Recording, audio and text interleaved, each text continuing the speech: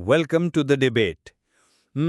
जरा इमेजिन कीजिए। हाँ, कोई टिपिकल ऑफिस वाला दिन है ना। बिल्कुल, मतलब आप अपने ठेकेदार के सामने खड़े हैं, आपको अपने घर की नींव 5 फीट गहरी चाहिए और वो कह रहा है कि 2 फीट काफी है। जो कि बहुत ही आम सिचुएशन है कॉर्पोरेट दुनिया में भी। क्लाइंट कुछ और मांगता है, वेंडर कुछ और। राइट? आप दोनों अपनी जगह सही हैं और अपनी बात पर अड़े हुए हैं। अब ऐसे डेडलॉक को आप कैसे तोड़ते हैं? क्या यहाँ कोई बीच का रास्ता है या किसी एक को हार माननी ही पड़ेगी? अक्सर लोग यही सोचते हैं ना कि नेगोशिएशन का मतलब है बस बीच में मिलना, मतलब 3.5 फीट पर मान जाना, भले ही वो किसी के लिए भी सही ना हो। और यही हमारी आज की डिबेट का मुख्य सवाल आता है। हम दोनों सालों से कॉर्पोरेट मीडिएटर्स के तौर पर काम कर रहे हैं। विवादों को सुलझाना ही हमारा पेशा है। मेरा मानना है कि अगर हम सही स्ट्रैटेजी अपनाएं। मतलब आप इंटरेस्ट्स पर फोकस करने की बात कर रहे हैं। एग्जैक्टली, लोगों की जिद्दी पोजीशंस के बजाय उनके असली इंटरेस्ट्स पर फोकस करें, तो हम किसी भी जीरो सम गेम को 100% विन विन सिचुएशन में बदल सकते हैं, जहां दोनों पक्षों को उनका पूरा फायदा मिलता है। देखिए, मैं आपकी इस अप्रोच का बहुत सम्मान करती हूँ, लेकिन मैं इसे एक अलग नज़रिए से देखती हूँ। मेरा मानना है कि जब व्यावसायिक हित सीधे टकराते हैं ना, तो इस म्यूचुअल गेन या विन विन की एक लिमिट आ जाती है। अच्छा, लिमिट आ जाती है। बिल्कुल। ऐसे मामलों में विवाद का समाधान किसी आपसी ब्रेनस्टॉर्मिंग से नहीं होता, बल्कि ऑब्जेक्टिव स्टैंडर्ड्स यानी तटस्थ पैमानों और फैक्ट्स के आधार पर होता है। देखिए, मैं मानता हूं कि विन विन हमेशा मुमकिन है अगर हम सवाल सही पूछें। एक बहुत क्लासिक थॉट एक्सपेरिमेंट है। मान लीजिए 2 बच्चे एक संतरे के लिए लड़ रहे हैं। अक्सर एक पेरेंट क्या करेगा? संतरे को आधा काटेगा और दोनों को दे देगा। राइट, 50-50 का समझौता। जो कि सबसे कॉमन कॉम्प्रोमाइज है, और अक्सर लोग इसी को फेयर मान लेते हैं। बिल्कुल, लेकिन अगर वो पेरेंट सिर्फ एक सवाल पूछता कि तुम्हें संतरा क्यों चाहिए, तो पता चलता कि एक को खाने के लिए गूदा चाहिए था और दूसरे को अपने प्रोजेक्ट के लिए छिलका। हाँ, दोनों को अपना 100% मिल सकता था। मतलब जब हम क्यों पूछते हैं ना, तो हम उस जिद्दी पोजीशन के पीछे छिपी असली नीड तक पहुंच जाते हैं। और कॉर्पोरेट नेगोशिएशन में भी एग्जैक्टली यही होता है। संतरे वाले मामले में आपकी बात 100% सही है, क्योंकि वहां दोनों की जरूरतें वास्तव में अलग अलग थीं। लेकिन कॉर्पोरेट नेगोशिएशन हमेशा इतने सीधे और सरल नहीं होते। मतलब आप ठेकेदार वाले उदाहरण की बात कर रही हैं? हाँ, वापस आपके ठेकेदार वाले उदाहरण पर आते हैं। आप 5 फीट की नींव चाहते हैं, वो 2 फीट देना चाहता है। यहाँ जरूरतें अलग अलग नहीं है, वो सीधे एक दूसरे से टकरा रही हैं। समझ रहा हूँ। तो आप यहाँ क्या ब्रेनस्टॉर्मिंग करेंगे? 3.5 फीट की नींव जो शायद उस बिल्डिंग के लिए सुरक्षित ही ना हो। ऐसे में आपकी रचनात्मकता या वो विन विन वाली अप्रोच काम नहीं आती। तो आपके हिसाब से वहां क्या काम आता है? वहां आपको सरकारी बिल्डिंग कोड्स या किसी स्ट्रक्चरल इंजीनियर की राय माननी ही पड़ती है। यथार्थवादी कॉर्पोरेट नेगोशिएशन का असली आधार यही ऑब्जेक्टिव रूल्स हैं। ठीक है, मैं मानता हूं कि जहां सेफ्टी या लीगल रूल्स हों, वहां तटस्थ पैमाने जरूरी हैं। लेकिन क्या हर कॉर्पोरेट विवाद इतना ब्लैक एंड व्हाइट होता है? शायद हमेशा नहीं। मान लीजिए हमारे श्रोता कल अपने बॉस के पास सैलरी हाइक मांगने जाते हैं। बॉस कहता है, सॉरी, कंपनी का बजट टाइट है। अब यहाँ कोई सरकारी बिल्डिंग कोड तो है नहीं, तो क्या आपकी थ्योरी के हिसाब से बातचीत वहीं खत्म हो जानी चाहिए? नहीं, बातचीत खत्म नहीं होगी। लेकिन देखिए, अगर सच में बजट नहीं है, तो आप ब्रेनस्टॉर्मिंग करके हवा से तो पैसा नहीं बना सकते हैं ना। हवा से पैसा नहीं, पर वहां आपको मार्केट बेंचमार्क देखना ही होगा कि इस रोल के लिए इंडस्ट्री में क्या सैलरी चल रही है। ये एक ऑब्जेक्टिव स्टैंडर्ड है। पर यहीं तो वो क्यों वाली स्ट्रेटेजी काम आती है। नेगोशिएशन एक जिगसॉ पजल की तरह है। अगर सैलरी नहीं बढ़ सकती, जो कि एक पोजीशन है, तो हम बॉस से क्यों पूछकर अन्य ऑप्शंस एक्सप्लोर कर सकते हैं। अन्य ऑप्शंस जैसे? मान लीजिए मुझे अपनी थकान मिटाने के लिए 2 हफ्ते की छुट्टी चाहिए थी। अगर मैं सीधे जाकर छुट्टी मांगता, तो बॉस शायद डिफेंसिव हो जाता। हाँ, वो तो है। बॉस अक्सर ऐसी चीजों पर डिफेंसिव हो जाते हैं। राइट।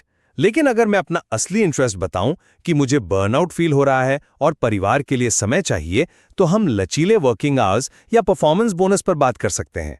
बजट ना होने पर भी पजल के नए टुकड़े ढूंढना ही तो विन विन है। मैं मानती हूँ कि ये ऑप्शंस ढूंढना अच्छी बात है, और आपने जो कहा कि सीधे मांगने पर बॉस डिफेंसिव हो जाता है, ये सच है। लोग अक्सर प्रॉब्लम और सामने वाले इंसान को एक ही समझ लेते हैं। एग्जैक्टली और इसीलिए एक मीडिएटर के तौर पर मैं हमेशा कहता हूं कि इंसान के साथ नर्म रहें और प्रॉब्लम पर सख्त। Separate the people from the problem, right? बिल्कुल। किसी भी टफ नेगोशिएशन से पहले 5-10 मिनट की स्मॉल टॉक करना कोई टाइम वेस्ट नहीं है। वो एक मैजिक ट्रिक है जो सफलता के चांसेस 25 से 30% तक बढ़ा देती है। Magic trick? मतलब सच में? हाँ, बिल्कुल मैजिक ट्रिक। हमारे जो श्रोता इस वक्त किसी कॉर्पोरेट ऑफिस में बैठे हैं, वो शायद सोच रहे होंगे कि मेरे अड़ियल बॉस या किसी टफ क्लाइंट के सामने मौसम या क्रिकेट की बात करने से क्या ही जादू हो जाएगा। ये सिर्फ मौसम की बात नहीं है। मेरा मतलब है, क्या सिर्फ स्मॉल टॉक से उनकी डिमांड्स कम हो जाएंगी? देखिए, मैं समझाता हूं कि ये मैजिक काम कैसे करती है। जब आप मीटिंग से पहले बॉस की हॉबी या उनके वीकेंड के बारे में बात करते हैं ना, तो आप उन्हें एक विरोधी के खांचे से निकालकर एक इंसान के खांचे में रख देते हैं। एक ह्यूमन कनेक्शन। राइट। हमारा दिमाग एक ही इंसान को एक साथ दोस्त और दुश्मन के रूप में प्रोसेस नहीं कर सकता। तो जैसे ही वो मानवीय जुड़ाव महसूस करते हैं, उनका डिफेंसिव गार्ड अपने आप नीचे आ जाता है। ओके। वो इमोशनली सेफ महसूस करते हैं और तब वो आपकी असली समस्या सुनने के लिए तैयार होते हैं। मनोवैज्ञानिक तौर पर आपका ये एक्सप्लेनेशन बहुत सॉलिड है। मतलब मैं इस बात से बिल्कुल इनकार नहीं कर रही कि इमोशनल सेफ्टी बहुत ज़रूरी है, लेकिन मेरी चुनौती यह है कि क्या सिर्फ इंसान का सम्मान करने से समस्या की तकनीकी जटिलता कम हो जाती है? तकनीकी जटिलता कम नहीं होती, पर समाधान का रास्ता। पर सोचिए ना, आप बॉस के साथ कितनी भी अच्छी स्मॉल टॉक कर लें, अगर आप जो मांग रहे हैं वो कंपनी पॉलिसी या मार्केट प्राइस से मैच नहीं करता, तो सिर्फ अच्छा व्यवहार उन्हें हाँ कहने के लिए प्रेरित नहीं कर सकता। मैं समझ रहा हूं आप क्या कह रही हैं। रिश्ते बनाना आपको टेबल तक ला सकता है, मैं मानती हूँ, लेकिन डील फाइनल तो हमेशा फेयर स्टैंडर्ड्स पर ही होगी ना। मुझे लगता है कि हम नेगोशिएशन को एक युद्ध की तरह देख रहे हैं, जिसे जीतना या किसी भी कीमत पर क्लोज करना जरूरी है। पता है, मुझे वो पुरानी कहानी याद आ रही है। कौन सी कहानी? 1964 में हाइड पार्क में कुछ लोग फ्रिस्बी खेल रहे थे। एक बुजुर्ग व्यक्ति ने आके पूछा कि भाई, इस खेल में जीत कौन रहा है? अच्छा। तो एक खिलाड़ी ने जवाब दिया, फ्रिस्बी में कोई जीतता नहीं है, आप बस खेलते हैं ताकि खेल चलता रहे। कॉर्पोरेट मध्यस्थता भी मतलब बिल्कुल ऐसी ही है। तो आप कह रहे हैं कि इसमें कोई हार जीत नहीं है? बिल्कुल नहीं, ये जीत हार नहीं है, ये एक दूसरे के हितों को समझने और रिश्ते बचाकर साथ काम करते रहने का एक निरंतर प्रोसेस है। देखिए, फ्रिस्बी वाला ये आइडिया सुनने में बहुत शानदार और पोएटिक लगता है, और मैं अप्रिशिएट करती हूँ कि आप रिश्तों को इतनी अहमियत देते हैं।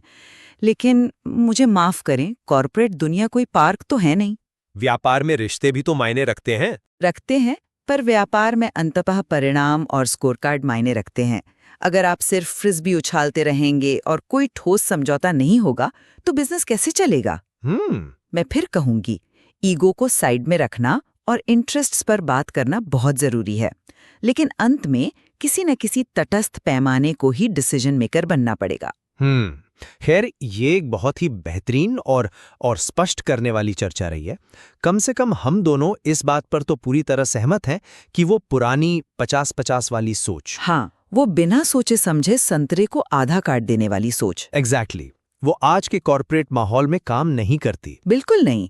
और क्यों पूछना सच में एक बहुत पावरफुल टूल है। ये सामने वाले का गार्ड गिराता है और ट्रस्ट बिल्ड करके असली जरूरतों को सामने लाता है। इस बात पर हमारा कोई विवाद नहीं है। राइट। हमारी मुख्य असहमति बस इस बात पर है कि जब मामला पूरी तरह फंस जाए, तो क्या विवाद का अंतिम समाधान हमेशा आपसी रचनात्मकता से नए ऑप्शंस ढूंढने में है, या फिर जटिल परिस्थितियों में हमें अंततः फेयर स्टैंडर्ड्स और मार्केट रूल्स को ही निर्णायक मानना पड़ता है। सही कहा।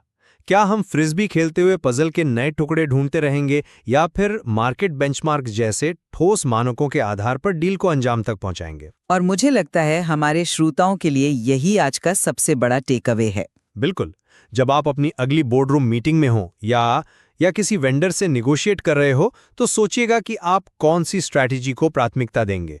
इंसानी हितों और कॉर्पोरेट विवादों के इस धुंधले परिदृश्य में असली कला शायद यही समझने में है कि कब क्रिएटिविटी का चश्मा पहनना है और कब ऑब्जेक्टिव रूल्स का सहारा लेना है। राइट।